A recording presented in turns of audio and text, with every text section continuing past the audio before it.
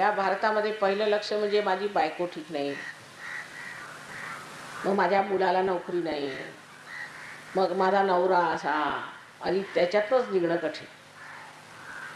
आणि त्यातून निघाल्यानंतर मग आपले डोळे जरासे इकडे तिकडे आपण पाहायला सुरुवात केली, तर त्या डोळ्यांना दिसतं की आजपर्यंत आम्ही जे काही करत आलेलो होतो ते किती शूद्र दृष्टीने केले, किती कोती दृष्टी आहे. आमचं लक्ष कुठे असतं? इतक्या कोत्या दृष्टीने आम्ही सहयोगी कसे होणार?